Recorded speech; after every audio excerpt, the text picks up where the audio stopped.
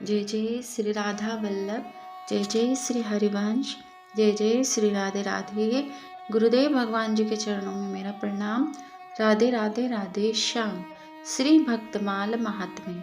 जैसे श्रीमद् भागवत में श्री कृष्ण विराजमान हैं, श्री रामायण में श्री राघव जी विराजमान हैं, वैसे ही श्री भक्तमाल में सब संत विराजमान हैं। कहते हैं कलयुग में भक्तों का चरित्र सुनने मात्र से कल्याण हो जाता है। तो चलिए अब हम सुनते हैं सुंदर कथा श्री भक्तमाल सुमेरु श्री गोस्वामी तुलसीदास जी। मैंने इनके बारे में पहले भी सुनाया है एक चरित्र में कि भक्तमाल सुमेरु का जो चयन हुआ था वो कैसे हुआ था, कैसे गोस्वामी तुलसीदास जी को भक्तमाल सुमेरु घोषित किया गया, बनाया गया। राधे राधे। अभी हम पहले भाग में इनका चरित्र सुनते हैं, तो चलिए शुरू करते हैं। श्री मूल गोसाई चरित्र आदि के आधार पर लिखा हुआ। जगत में आदि कवि हुए श्री वाल्मीकि जी और आदि काव्य हुआ। उनके द्वारा रचित श्रीमद्रामन पर उसका भी प्रसार संस्कृत भाषा में होने के कारण जब कुछ सीमित सा होने लगा तो भगवत कृपा से गोस्वामी श्री तुलसीदास जी का प्राकट्य हुआ, जिन्होंने सरल सरस हिंदी भाषा में श्री रामचरितमानस की रचना की। उन दिनों मध्यकाल में भारत की परिस्थिति बड़ी विषम थी। विधर्मियों का बोलबाला था। वेद पुराण शास्त्र आदि सदग्रंथ जलाए जा रहे थे। एक भी हिंदू अवशेष न रहे, इसके लिए गुप्त एवं प्रकट रूप से चेष्टा की जा रही थी। धर्म प्रेमी निराश हो गए थे। तभी भगवत कृपा से श्री रामानंद संप्रदाय में महाकवि का प्रादुर्भाव हुआ था। श्री गुरु परंपरा इस प्रकार है। पहले गुरु हैं जगत गुरु श्री स्वामी रामानंदाचार्य जी, दूसरे गुरु श्री स्वामी अनंतानंदाचार्य जी, श्री स्वामी नरहरियानंद, श्री गोस्वामी तुलसीदास जी। गोस्वामी श्री तुलसीदास जी श्री सीताराम जी के पद पद्म के प्रेम प्राग का पान कर सर्वदा उन्मत्त रहते थे। दिन रात श्री राम नाम को रटते रहते थे। इस अपार संसार सागर को पार करने के लिए आपने श्री रामचरितमानस रूप सुंदर सुगम नौका का निर्माण किया। जन्म और बाल्यकाल और गुरुदेव भगवान। प्रयाग के पास चित्रकूट जिले में राजापुर नामक एक ग्राम है। वहाँ आत्माराम दुबे नाम के एक प्रतिष्ठित सरयू पारीन ब्राह्मण रहते थे। उनकी धर्म पत्नी का नाम हुलसी था। संवत श्री श्रावण शुक्ल सप्तमी के दिन अभुक्त मूल नक्षत्र में इन्हीं भाग्यवान दंपति के यहाँ 12 महीने तक गर्भ में रहने के पश्चात गोस्वामी तुलसीदास जी का जन्म हुआ। जन्म के दूसरे दिन इनकी माता सार संसार से चल बसी। दासी चुनिया ने बड़े प्रेम से बालक का पालन पोषण किया। जब बालक प्रकट हुआ तब उसके मुख में 32 दांत थे और वह रुदन नहीं कर रहा था, अपितु हंस रहा था।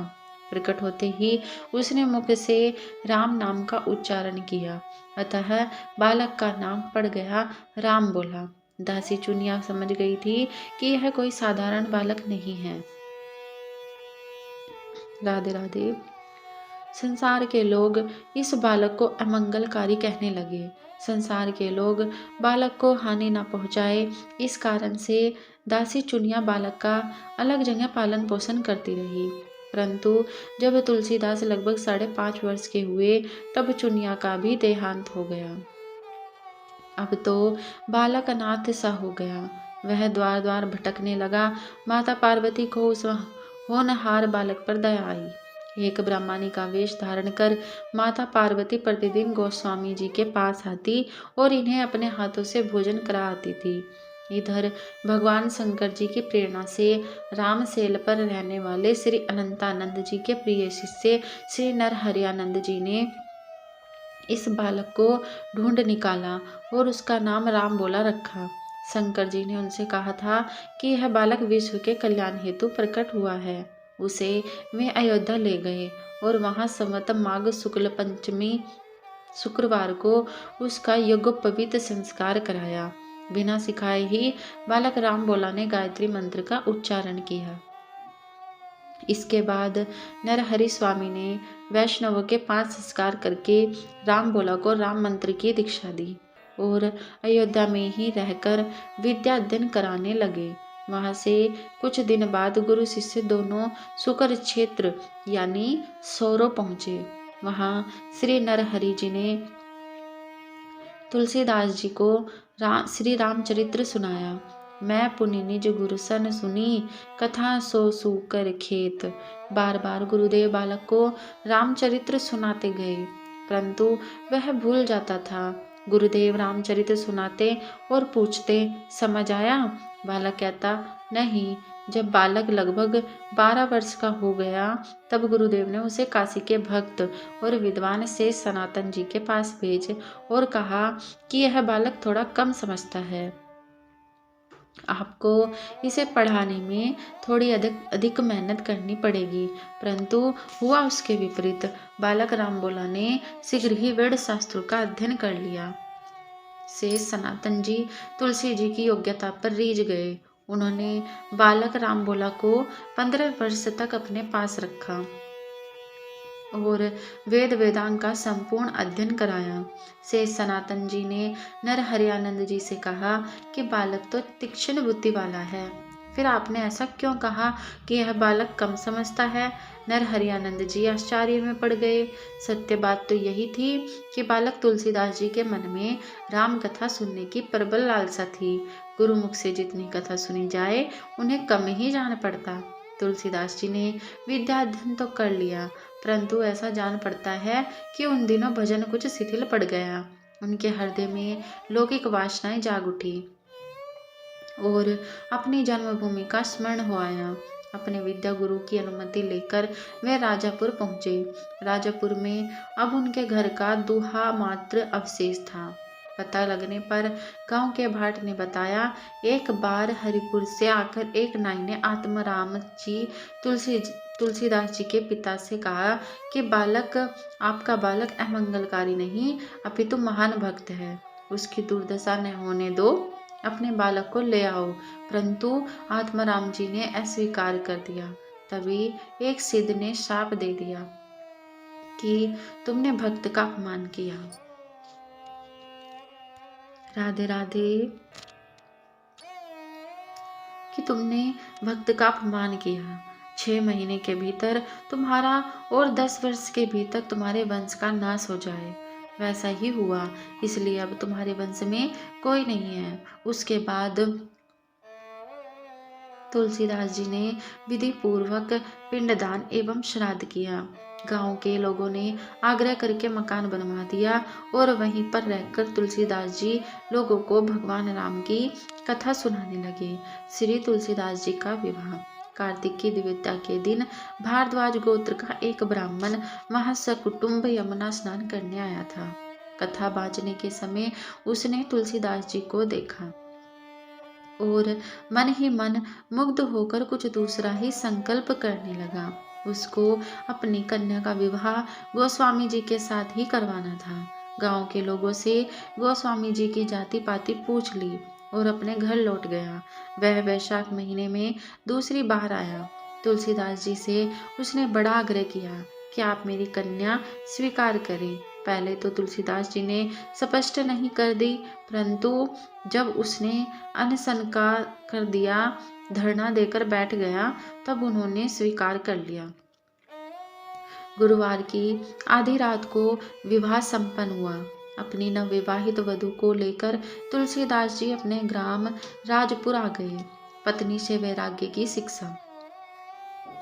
एक बार जब उसने अपने पीहर जाने की इच्छा प्रकट की तो उन्होंने अनुमति नहीं दी। वर्षों बीतने पर एक दिन वह अपने भाई के साथ मायके चली गई। जब तुलसीदास जी बाहर से आए और उन्हें ज्ञात हुआ कि मेरी पत्नी मायके चली गई तो वे भी चल पड़े। रात का समय था। किसी प्रकार नदी पार करके जब ये ससुराल में पहुंचे तब सब लोग किवाड़ बंद करके सो गए थे। तुलसीदास जी ने आवाज दी। उनकी पत्नी ने आवाज पहचान कर किवाड़ खोल दिए। उसने कहा कि प्रेम में तुम इतने अंधे हो गए थे कि अंधेरी रात को भी सुधि नहीं रही। धन्य हो तुम्हारा मेरे इस हाड़ मांस के शरीर से जितना मोह है उसका आधा भी यदि भगवान से होता तो इस भयंकर संसार से तुम्हारी मुक्ति हो जाती। हाड़ मास को देहे मम तापर जितनी प्रीति तिमु आधी जो राम प्रीति अब से मिटी ही भव भीति। फिर क्या था, वे एक क्षण की भी न रुके, वहां से चल पड़े। उन्हें अपने गुरु के वचन याद हो आए। वे मन ही मन उसका जप करने लगे। नर हरि कंचन कामनी रहिए इन ते दूर, जो चाहिए कल्याण निज राम दरस भरपूर। जब उनकी पत्नी के भाई को मालूम हुआ तब वह उनके पीछे दौड़ा, परंतु बहुत मनाने पर भी वे न लौटे नहीं। फिर वह घर लौट आया। तुलसीदास जी ससुराल से चलकर प्रयाग आए। वहां गृहस्थ वेश छोड़कर साधु वेश धारण किया। फिर अयोध्यापुरी, रामेश्वर, द्वारका, बद्री नारायण, मानसरोवर आदि स्थानों में तीर्थाटन करते हुए काशी पहुँचे। मानसरोवर के पास उन्हें अनेक संतों के दर्शन हुए। काकभुसुंडी जी से मिले और कैलाश की प्रदक्षिणा भी की। इस प्रकार अपने ससुराल से चलकर तीर्थ यात्रा करते हुए काशी पहुंचने में उन्हें पर्याप्त समय लग गया। शेष चर्चा कल सुनेंगे। श्री हनुमान जी से भेंट कैसे हुई, श्री राम लक्ष्मण जी के दर्शन कैसे हुए, ये हम कल सुनेंगे भाग 2 में। बोलो भक्तवत्सल भगवान की जय, भगवान के भक्तों की जय, सभी संतन की जय, हरि भक्तन की जय। जय जय श्री राधे श्याम।